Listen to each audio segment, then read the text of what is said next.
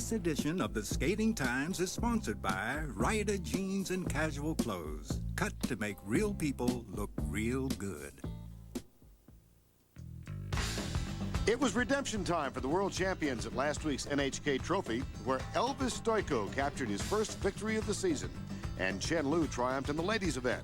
It was her first win since last March. While Surya Bonali's disastrous season continued, as the world silver medalist fell to 4th place. Competing for the first time this season was Philippe Candeloro, back from an ankle injury. The Frenchman finished 3rd. The Russian Shishkova and Nama won the pairs. Also in Japan, but not competing, the 1992 Olympic silver medalist Midori Ito, who after 3 years as a pro is returning to the amateur ranks.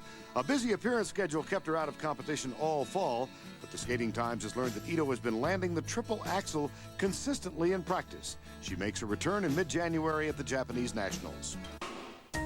The skating world witnessed a changing of the guard last week at the World Pros, where Yuka Sato upset Kristi Yamaguchi for the ladies' title. And Kurt Browning, who had finished last 1 year ago, beat Brian Boitano. Underhill and Martini were beaten for the first time in the 90s as Kovajakova and Novotny won the pairs. Torval and Dean were the lone favorites to hold up. They won the dance. Just in time for Christmas, CBS Figure Skating has made it to the internet. Go online with us. You can call up biographies of the ladies in today's Riders Final and find out what jumps, spins, and other elements they'll be trying in their programs. You can visit our site on the World Wide Web at www.cbs.com.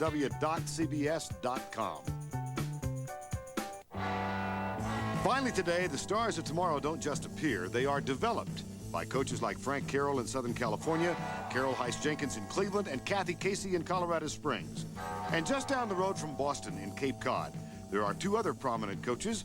Our Christine Brennan visited the husband and wife team of Evie and Mary Scotvold. Coaches feel butterflies, coaches get nervous. It's a very emotional business. You always hope and you always dream that they will get there someday. When it finally happens, it's really tear-jerking. You're just dreaming dreams.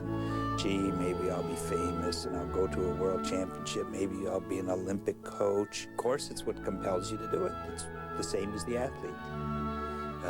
They want to be stars. Well, coach hopes to be a successful coach. For a coach, life doesn't end with the Olympics.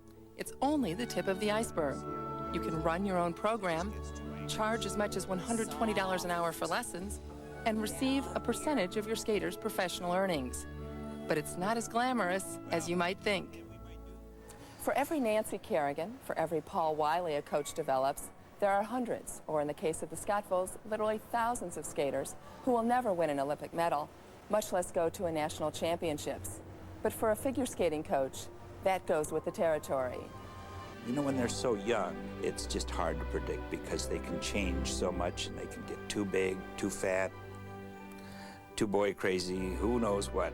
And yet they can become the next queen of the ice. You just don't know. Sometimes I don't like it because I suspect that this athlete probably will not go to the top, and I wish I could say something, but then again, you can't take hope away. You're supposed to teach them to be better, even the ones that you know will never make it. So this is not just an Olympic factory. It's a place where the teaching process never really ends.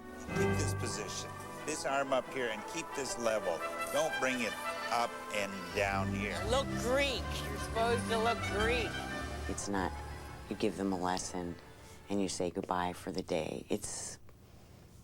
It turns out to be almost a 24-hour job just thinking about what's necessary. I don't know, I have so many memories of Evie getting up in the middle of the night thinking, why isn't he landing this? And me thinking, is this music really good enough? Hope, uncertainty, and endless possibility. It's what drives the coach every day. It's fun to see the sparkle in the kids' eyes when they're thinking about what if, you know, like Morgan. Could I make a junior world team next year? And I mean, it's just, they're just so excited. It's just the most important thing in all of this kingdom, you know, all of this earth. And it's fun to see it. Keeps you young, keeps you excited for the kids.